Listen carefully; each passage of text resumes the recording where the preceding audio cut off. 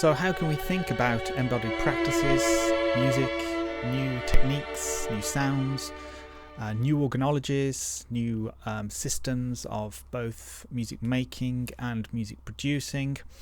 And how can we relate these to the problem of cognition, reason, and the being human, as it were, of today's algorithmic life and algorithmic society? I'd like to offer a provocation, drawing on the work of Wolfgang Ernst, particularly his work on Chronopoetics, which I think is kind of an interesting way to think about the ideas that are raised in terms of this particular issue. My name is Professor David Berry. I'm based at the University of Sussex, and unfortunately I was unable to join you all today, so Craig asked me to make this video instead. So all I would like to do is to start thinking about Wolfgang Ernst's new work, and particularly this notion of chronopoetics, and how time can be a way of thinking about creation and creativity, and how that might help us think about some of the questions raised by augmentation, algorithms, and different forms of automation that seem to be implicit in the way in which we think about these technologies, particularly in relation to new kinds of creative practice. Now, the notion of chronopoetics really uses the notion of what Ernst calls time-critical media. Now, the notion of time-critical media is kind of interesting because what it does is it allows us to open up and think about a different way, a different moment in terms of media that is specific and particular to digital technologies, digital computers, computation, and the algorithmic as we can generally understand it. Now, what's very interesting about this notion of temporality that Ernst identifies is the fact that we should be very appreciative of this specific temporality in relation to what he calls the proper time. The proper time is the time that is specific to the form, to the materiality of the medium under examination. Now, this allows us to kind of think about how different instantiations of digital technology should create different kinds of temporality, and those kinds of temporality create possibilities for creativity, different kinds of relationship in terms of embodiment, and different kinds of phenomenological problems. So we could think, for example, of, and certainly Ernst develops this notion, that the time criticality of these particular media forms that he identifies create a problem of what we might call the interface, the relationship between the computer, which is of course extremely time critical and moves at an extremely fast clock rate, and our own phenomenological condition. So using this notion of time critical media, what I'd like to do is to consider how we could use that in a particular sonic deployment. So we could think of time critical music. And thinking about time critical music allows us to compare that specific materiality, as it were, to what, again, using Wolfgang Ernst, he would have called time-based music. So what is the difference between time-based music and time critical music? So in both cases, of course, time plays a critical role. And of course, we're very familiar with the notion of temporality in music. We've seen provocations already suggested that work around the notion of flow and the notion of certain forms of being in the moment or being in the actual practice of actually undertaking some form of performance or performativity related to generating music. But with Ernst's work, he's not talking about the axis of time per se, which is of course particular to time-based music in this case. What he's interested in is how time-critical music can be manipulated in particular ways through what, drawing on Friedrich Kittler's work, he calls time axis manipulation. So time axis manipulation is essentially the spatialization of a time-based medium. And of course, in that transformation from its temporal form to its spatial form, we create the possibilities for reorganization, classification, algorithmic manipulation, effects, and of course all sorts of very interesting cybernetic and computational processes that can completely transform that flow.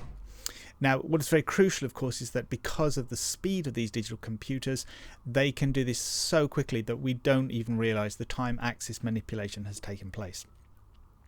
Now, what's very interesting is that because of these new, very granular and very quick forms of recording and reproduction, they create a new form of recording time, as it were, a new form of performance time, so a time critical performativity, if you like, and these create a very unique temporality.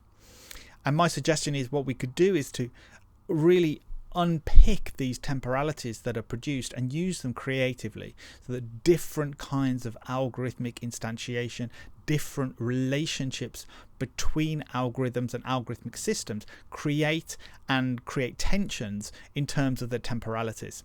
And we could think of various forms of both antagonistic ways of working through these time critical media. We could, for example, place a time-based music against a time critical music form and see how that relationship can be encountered. We could have various different temporalities manifested in time critical music, or we could have a very kind of constellational approach. We could think of a kind of orchestra of differing temporalities that may be explored through this time critical music. Now, the other thing that's very interesting in terms of the time critical music is the way in which they disrupt a human based notion of time as an experience phenomena. So the tension between a kind of phenomenological time and the time critical music, that is. And really it's about thinking about the relationship between this highly technical form and the phenomenological time of human culture, and that how that relationship can be mapped and how that relationship can be used productively and in ways that can be performed to create new sounds and new experiences and new feelings, new affect, if you like, around this time critical form. We might also think about how this can be deployed to, if as it were, not necessarily to sonify in a strong sense, but to allow a kind of sonic laboratory for the exploration of these different kinds of temporality that Ernst certainly claims we should be able to find within these instantiations of technical and particularly digital devices.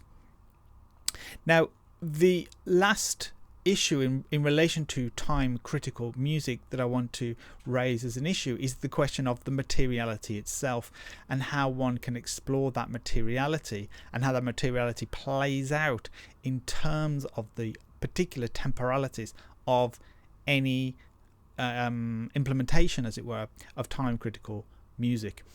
And this really allows us to think about the shall we call it the organology, the specific characteristics that each instantiation of a time critical music device might have. Now this is very nice because it allows us to start thinking about how we might classify these different time critical musics through temporality. And this temporality, remember, is not BPM. It's not a purely an output oriented classification. This is the classification of the time criticality of the digital technologies themselves. So how internally time is mapped and how time is constructed to allow these forms of time axis manipulation.